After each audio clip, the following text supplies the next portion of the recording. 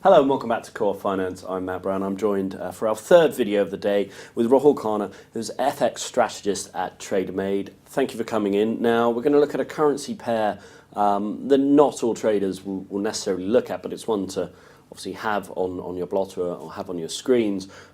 Aussie dollar yen. What's going on here, Rahul?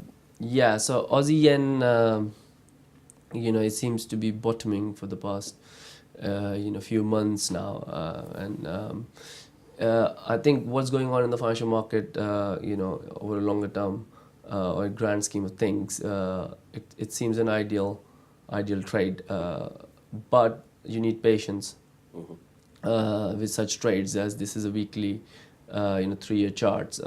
So you need to be patient with this trade, as you've seen in the past few, weeks that consolidated. So you need some patience, but then the upside potential is quite huge on these trades. So if you're patient enough, then there's a lot of upside.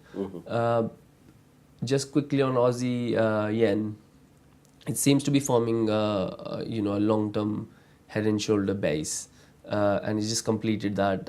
It completed earlier in July, but then it consolidated. Like I said, these things take time.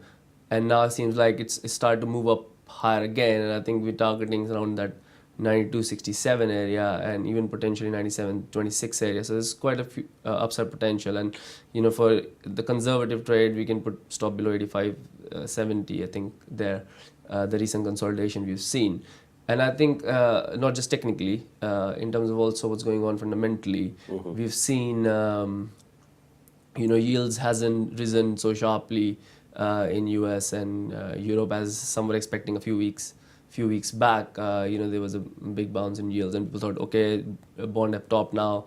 Now we're just going to short bonds, but it doesn't work like that.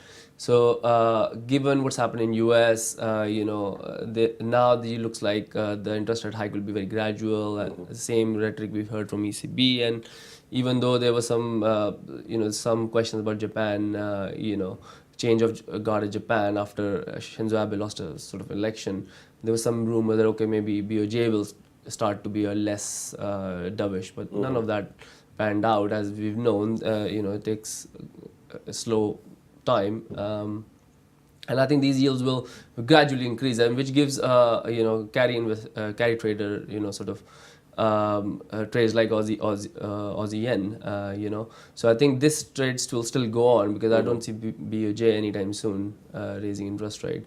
And given what's happened in terms of oil have recovered, yields have gradually recovered. You look at PMIs from across the world.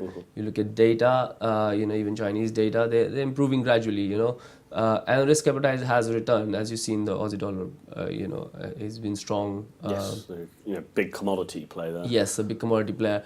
So similarly, I think there is still more upside for Aussie Kiwi from here, because I think gradually what will happen is the safe haven currencies will keep their yields relatively low, just like yen or Swissy, and then countries like New Zealand, Australia, even Canada, as we've seen with Canada, Bank of Canada and raising interest rates. Surprisingly, those things will happen. I think even though Australia is saying been sort of tacit about their monetary policy, but they've still been positive on the data front.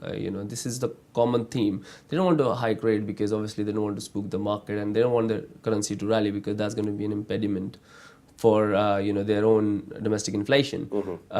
So they will gradually come in line. But I think countries like Japan, which has seen low inflation since God knows when. Yes. So those will keep there. And I think given it's now consolidated and looking to move higher from here, I think we can quickly see this Aussie, some strength in Aussie, and yen is probably going to hold. It's quite a possibility that yen might even top out over the coming weeks, which will again give this trade further upside potential. So I think Aussie yen in coming weeks and month will continue to move higher. And that's why this trade looks very attractive, technically as well as fundamentally. And just very briefly for our viewers, on the MACD, Can you just explain what we're seeing there? Yeah, so we've seen, we saw the move lower from in 2016, sort of early 2016, and all through 2016 it sort of bottomed, and we also saw MACD sort of bottoming out by that time, and now this latest move is just a confirmation that now this is bottoming. We've seen MACD move above the zero line, which is a good sign that the market is looking positive. It's forming a base. MACD is confirming. So until unless we see from here MACD forming a sort of a top beneath that high that we saw back in early 2017, it's all good for the trade to go higher from here. So these are confirmation signs. The market is the momentum is agreeing with what's on the charts. Super. So positive Aussie dollar yen. On that note, Rahul, thank you very much for coming on the show today.